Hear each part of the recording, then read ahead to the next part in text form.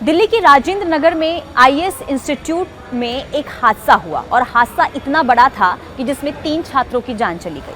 27 जुलाई को शाम को अचानक से बेसमेंट के अंदर पानी भरता है जिसमें 35 छात्र मौजूद होते हैं, जिसमें से सभी छात्र यानी कुछ छात्र जो हैं वो जैसे तैसे अपनी जान बचाकर बाहर निकल जाते हैं, जबकि 3 ऐसे छात्र होते हैं जो उसमें फंस जाते हैं, खुद को बाहर नहीं निकाल पाते हैं, जिसमें उनकी जान चली जाती है। और इस हादसे के बाद अब छात्रों में लगातार विरोध प्रदर्शन देखने को मिल रहा है, गुस्से में है, उबाल उनका देखने को मिल रहा है और सिस्टम की लाचारी पर वो सवाल उठा रहे हैं। उनका ये कहना है कि सिस्टम की लापरवाही की वजह से उनके साथी की जान चली गई है।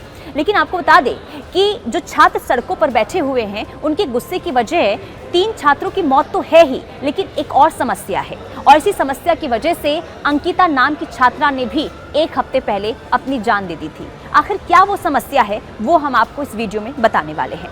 नमस्कार, रिपब्लिक भारत के डिजिटल प्लेटफॉर्म पर आप सभी का बहुत स्वागत है। तो देश की राजधानी दिल्ली में कई ऐसे इलाके हैं जहां पर यूपीएससी की तैयारी करवाई जाती है, जिसमें एक इलाका है करोल बाग, जहां पर जो यूपीएससी की तैयारी कर रहे हैं उनमें से कम 50,000 ऐसे छात्र छात्राएं हैं जो इस इलाके में रहते हैं। और आपको बता दें कि इन छात्रों की जो परेशानी है वो ये कि लगातार जो मकान मालिक हैं वो मनमाने ढंग से किराया बढ़ाते हैं और इसके साथ ही ब्रोकर की समस्या से भी वो परेशान हैं। और यही वजह है कि महाराष्ट्र की रहने वाली अंकिता ने 21 जुलाई को शाम 7 बजे आत्महत्या कर ली थी। और आत्महत्या करने के पीछे की वजह जो सामने आई थी वो भी हैरान करने वाली। दरअसल आपको बता दें कि सुसाइड नोट मिला है अंकिता के शव के सामने, जिसमें ये लिखा गया था कि मकान मालिक की तरफ से जो किराया बढ़ाया गया है उससे वो परेशान है और इस वजह से उन्होंने जान दे दी है।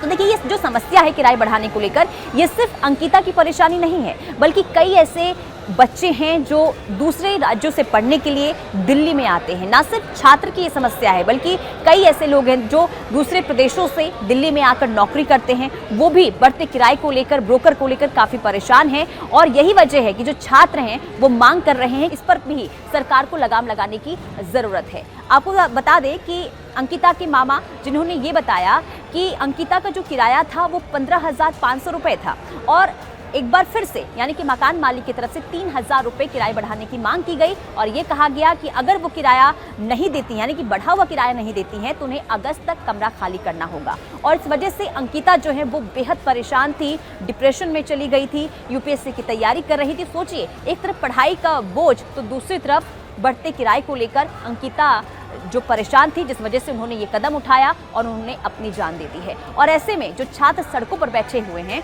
वो लगातार ये मांग कर रहे हैं कि सरकार को जहां सिस्टम को सुधारने की ज़रूरत है और साथ ही साथ सुधार इसमें भी लाने की ज़रूरत है कि जो मकान मालिक मन मर्जी तरीके से किराया बढ़ाते हैं उन पर भी लगाम लगाई जाए, ताकि जो एक तरफ लाखों रुपए पढ़ाई में जाते हैं और इसके बाद जो बढ़ते किराए का जो बोझ है उसका जो प्रेशर है उन पर ना आए।